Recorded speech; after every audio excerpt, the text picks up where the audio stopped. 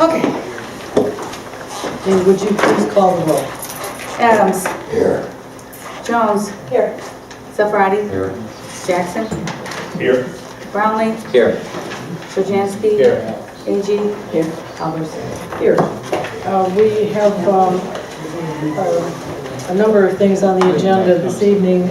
Our first is a review or overview of MBIS. We have met with them before, and we were asked to please come in and chat with us again. We do have a piece of legislation that is pending, which doesn't really have to go hand in hand. But we welcome Mr. Kolarski and Mr. McConty. And if you'd like to take over the meeting, whatever you'd like us to know. We do have a microphone if you need it. If you can, I'll speak loud. Okay. Councilman Brownlee, we haven't met. I'm Jeff Kolarski, MBIS. To meet you. Everyone else I've met before at our meeting in April. Back in April, we gave a summary of what was going on in the building department between October and March. That was the first few months of our contract. So basically what I'd like to do tonight is do an update as far as what's happened this year so far in the building department. And Rick can chime in on different issues that come up. I know there's things that council is concerned about. We can talk about that. But basically just a kind of an update of where we're at right now. Okay. I'll pass this out as an operations report similar to what you received last time. This is information from January 1st, 2014 through the end of October 2014, so it's current information.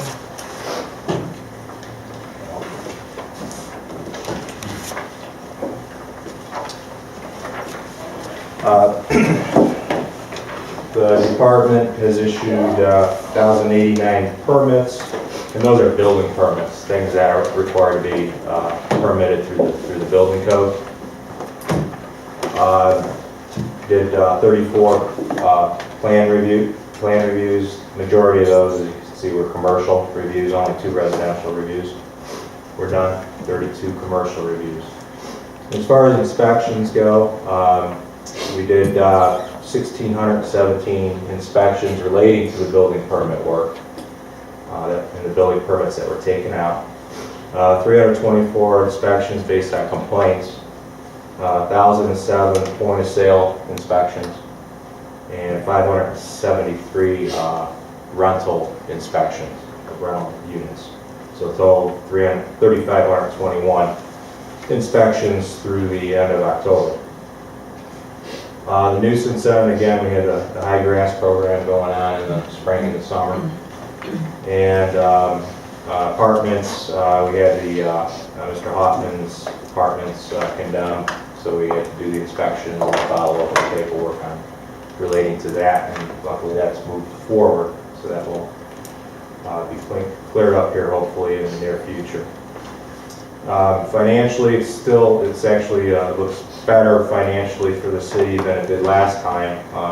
Revenues came into the building department of about $482,000, and that's the net amount. That's taking away deposits and Bureau of Building Standards fees that go to the state.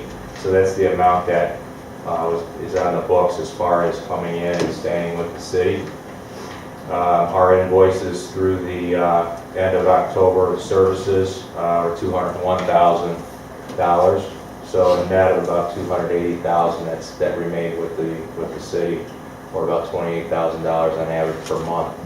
Last time we met, that number was about $25,000 on average per month. So I think from the cost standpoint, I think this has worked out better than what was originally thought when we had presented this contract and this setup with the city a year and a half ago. So are there any Anyone have any questions on any of these aspects of our work this year so far? How the numbers were derived or anything like that? I mean, basically, it's all tracked and the numbers are Madam Chair? into our system. Okay, go ahead, Tony.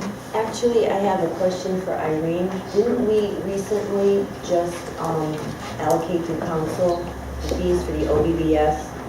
So does that get paid out of their fees to us? Or did that get paid out of the general fund? No, it's not out of the general fund. Okay, so it's out of the It's, building it's, rate. it's the fees out of that, out of the 500,000 that came in, the BBS fees were paid through there. And that's about, I think the BBS fees were about $3,000 or $4,000 a day. And those are paid by the applicants too. So if someone pulls a permit, that the fee gets added on to that permit cost. Okay. Madam Chair, Go ahead. a couple of things. This Hoffman's Apartments, where is that building located at? Over there, on Claire? That's the one at the end of the street? Okay. Two, where do we stand as far as things waiting to be inspected? We have a backlog of about 4 weeks on the rental and point of sale inspections. So that's where it was, in early spring. It went up to about 5.5, 6 weeks during the summer. And then, it's tapered back down as the activity has, reduced in that market. And that's on residential? That's all, the residential. Commercial, do we have anything on commercial? No, commercial, I think we're pretty much caught up. We had a large block in Southgate. We took care of those, mostly. We did quite a bit on the weekend. And we had 100 and some of those to do. So those are taken care of quite quickly because of the situation there. Any other questions? Go ahead. In the deposits that were taken out of the 500,000, those are deposits that the individual applying for the permit, it's a deposit they put down and they receive back. Correct. We got a construction deposit.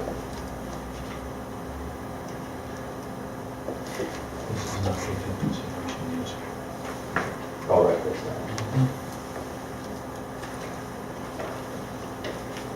Are you going to continue with your question? Are you finished? Question. Go ahead. It says under the nuisance abatement, following programs that were worked on during the year, high grass program. How were you involved in the high grass program? Rick, you wanna- Yeah, we initially worked myself and Leslie developed that program for the city to run. We changed the whole program from the year before, so I spent considerable time with Leslie working on it, and then when she left the city's employment, I worked with Darrell and our administrative assistants to establish the program, at which point Darrell took over the inspections and the working with the contractors to get them paid. So once we got the program established, Darrell took it over. That was his main responsibility throughout the summer. And Darrell is your employee, as you know. Is that figured into this 500,000 then? As far as, As far as the monies that were collected No. to abate? Okay.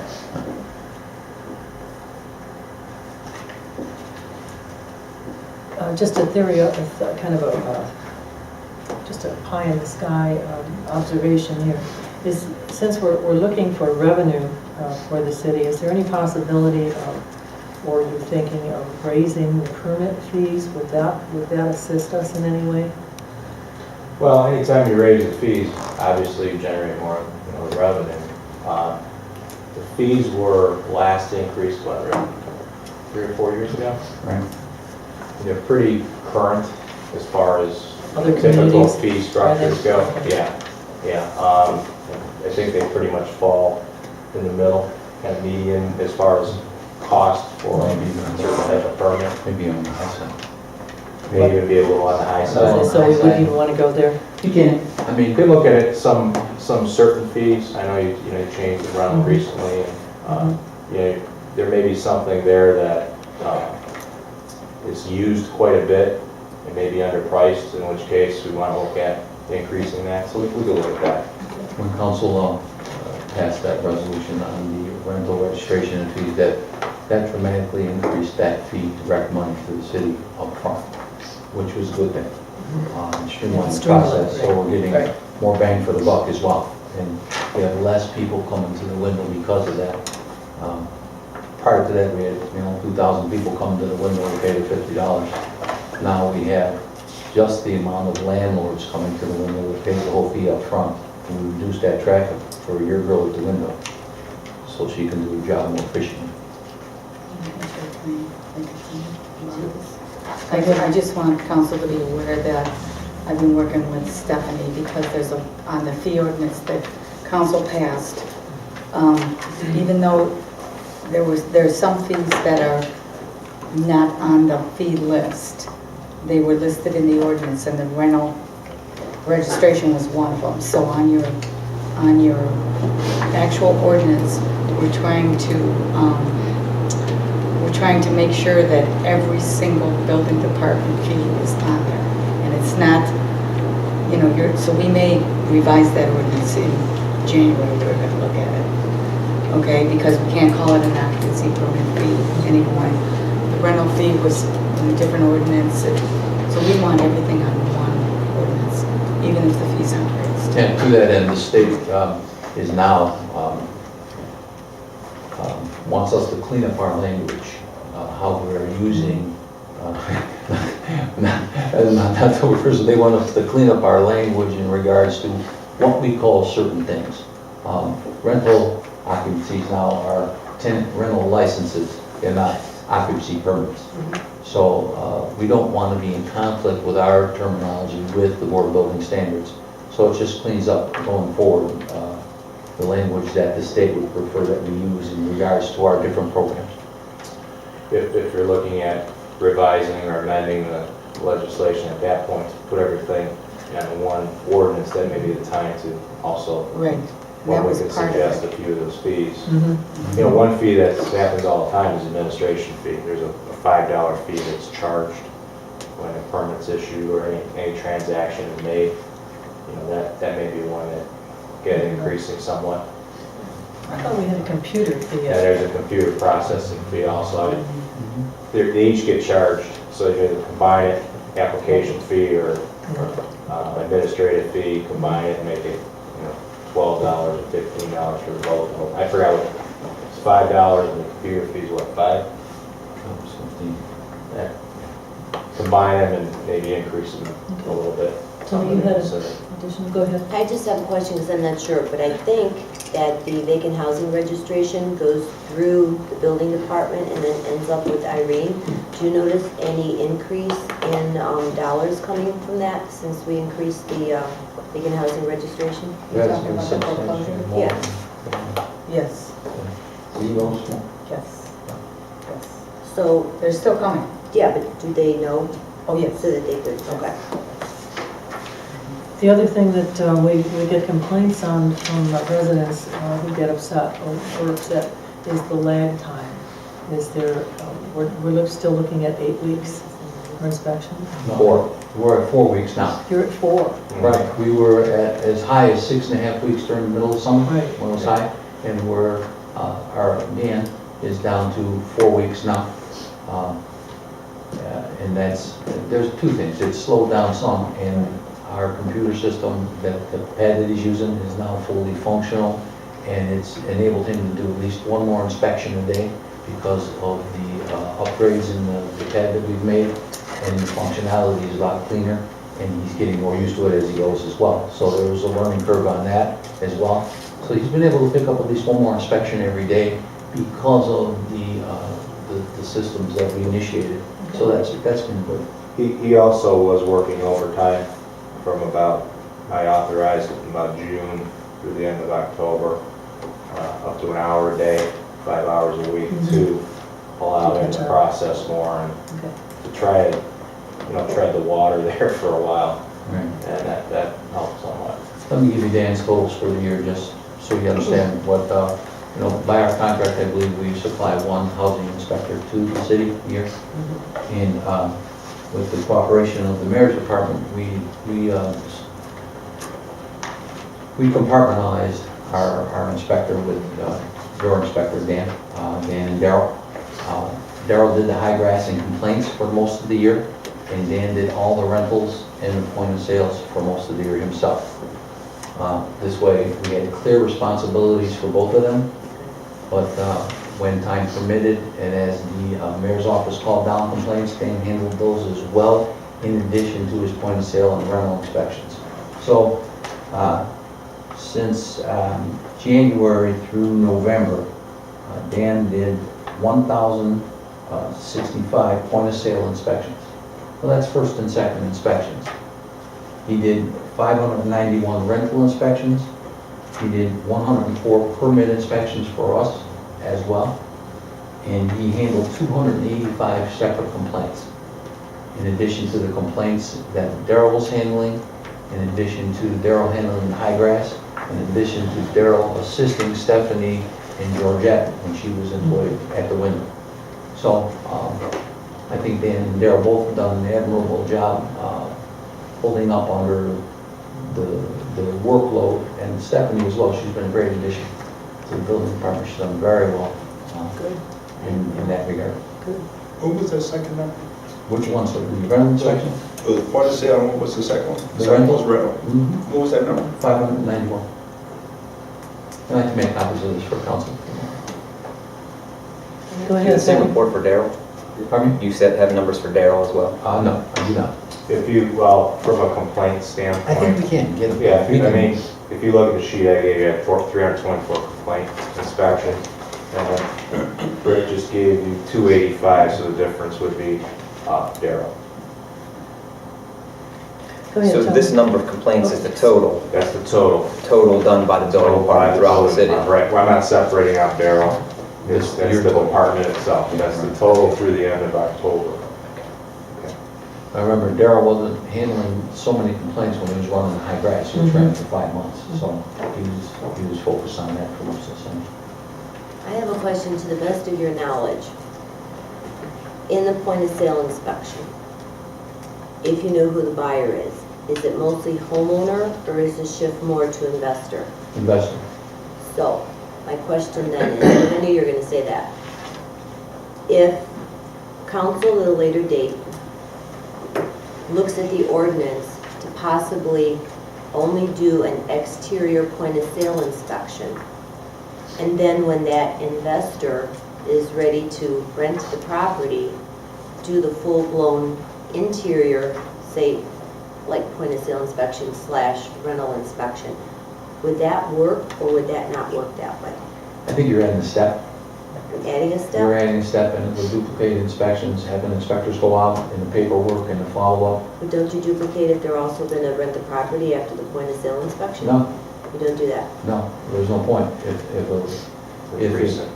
it's a recent point of sale and all the violations have been completed and he wants to rent it the next month without a tenant coming in, we're allowing the point of sale inspection to stand.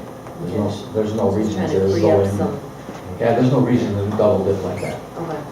We don't have the manpower for Right. one. No, I get And for it. two, the Okay. inspection's already been done. And the inspection is the same. We follow the International Property Maintenance Code, so it's the same for both. And if the inspector does his due diligence on first inspection, it should be cleared for the rental. Some of the suggestions that we heard from council last time were maybe on the HUD houses or the one, the Section 8s where they do their own inspection, having those be left to those people. That was a suggestion I heard from council before. I heard exterior inspections only before on the point of sales and rentals. These are all decreasing the service that you're getting with the manpower we have. You get more inspections a day, but you would decrease the service to the residents. So I think council has to balance out whether or not the 4-week or 5-week or average of 6 weeks during the course of the year lag is worse for the city than letting all the interior inspections go. And I can't answer that for you. And the interiors are That's where the rest of it is. Yeah, they can be pretty bad, so safety issues that, need to be addressed.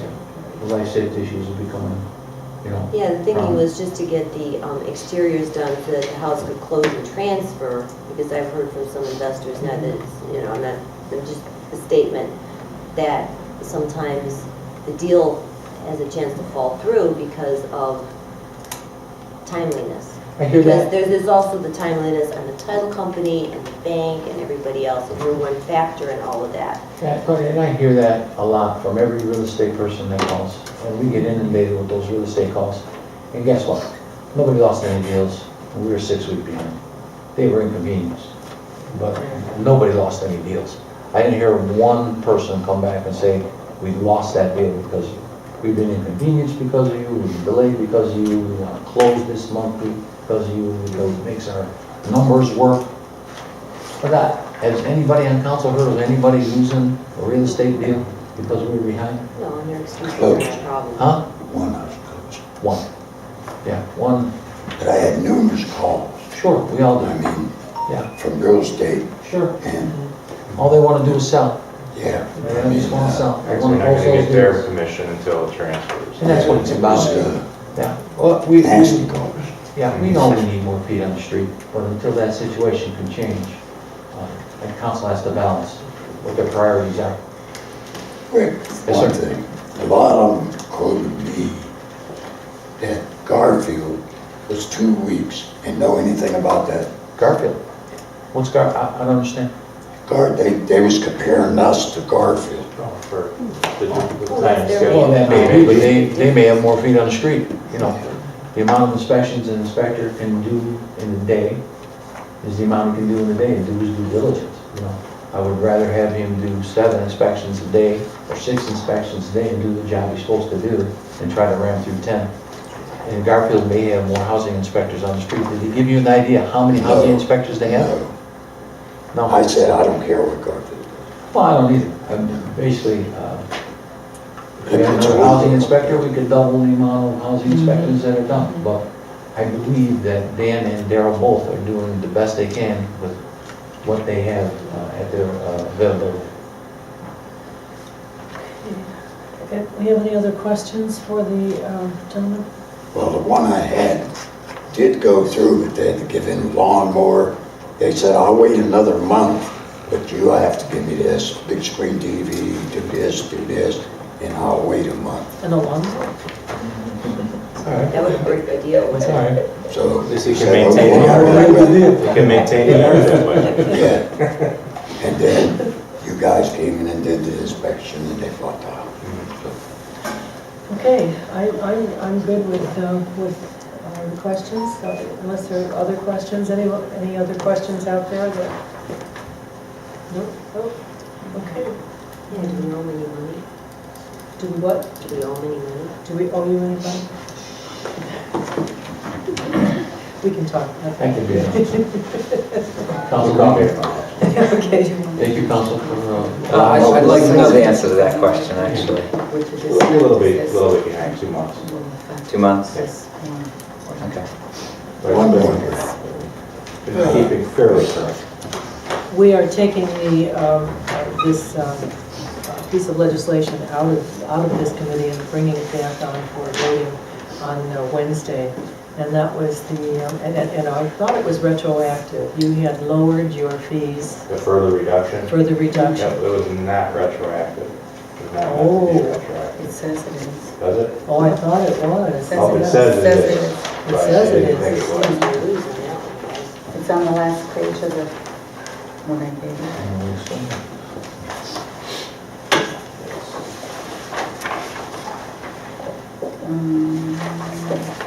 17. The previous one was retroactive, right? Previous Okay, time. so this one is not, so, okay, Yeah, that's when it's passed. okay. Well, we will definitely, it'll be on third reading on Wednesday, so hopefully we'll be able to pass it. And you can resume your service. It says starting January 1st.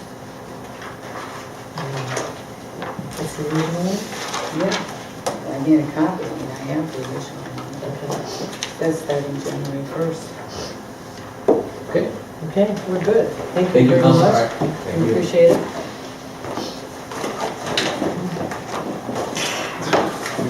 We also have 2014-66, which was the funds which we had anticipated going to the building department. So we sent this to the committee of the whole, and Anthony, would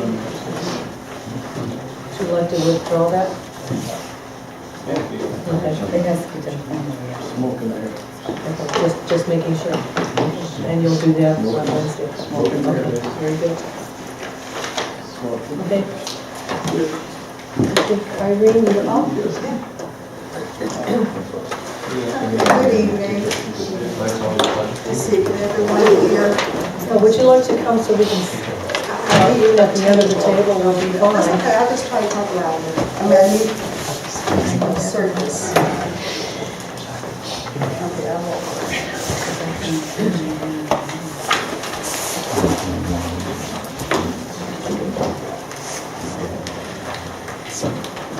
Can you guys move the table?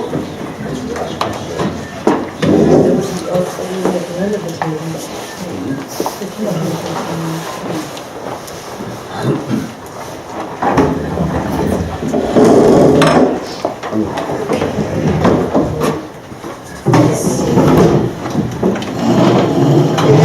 Documents that we were looking at this evening. One is the 2014, the projections for the year, and whatever amendments that we need to make. Thank you, gentlemen.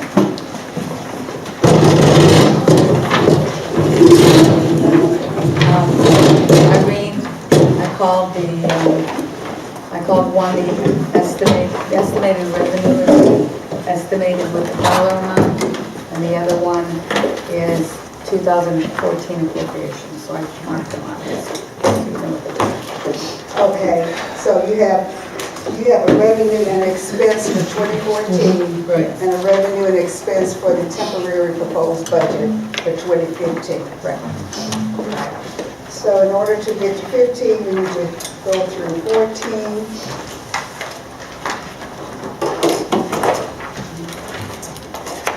And I had sent some budget assumptions when I sent this out, basically explaining the balances and how we got to where we are. We've been saying all year, so please be mindful that 2014 really absorbed about $1 million of expenses from 2013. We have been talking about the deficit from the prior year, anywhere from 1.3 to 1.9, 1.8, all different numbers. On the books for 2014, the payables that were listed, which means bills that had not been paid, was about $700,000+. That did not include many subsequent bills. Two of the most notable were the waste management, and we all know that was almost about 3 or 4 months behind, which was almost $500,000, $442,000, and also the normal insurance bill, which is about $200,000. So just for those two alone, if you add those to the $700,000 that was quoted, that was stated in the records, that's like 1.3 of unpaid bills from 2013. So if you remember, if you add that to the deficit that was already there, then it was a sizable deficit. And I needed to say that because as you look at 2014, it probably does not show a very favorable operation, but actually 2014 in and of itself was not a bad year in terms of staying within the budget. It was just all those added expenses and also some reductions in revenue. For example, two of the main factors, which I found out a few months later, is that there were advances taken on the RETA and on the property tax, and those advances amounted to about $500,000. So when you couple that with the 1.7 or whatever, it really was a substantial deficit that was not stated on the books for 2013. So having said all of that, once we got to 2014, it appears that the deficit increased, but actually those were 2013, most of them, but 2014 in and of itself was not a bad year in terms of operating results. The other thing about 2014, if you remember back to the fiscal watch presentation that the auditors made in their declaration, there were several funds that they stated in their report that caused the city to go into fiscal watch. And of course, the assumption and their expectation is that those deficits are absorbed by the general fund.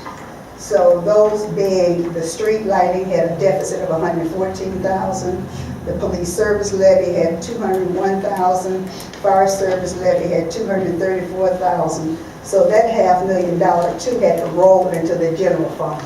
So that's why I say this year was sort of like a cleanup, or whatever, just to get over the hump and to get a level playing field. So having said all of that, when we go through the numbers, just understand that 2014 was not terribly overspent. A lot of those excesses were from 2013. So if you don't mind, we can go into the documents. We'll start with the 2014 estimated resources.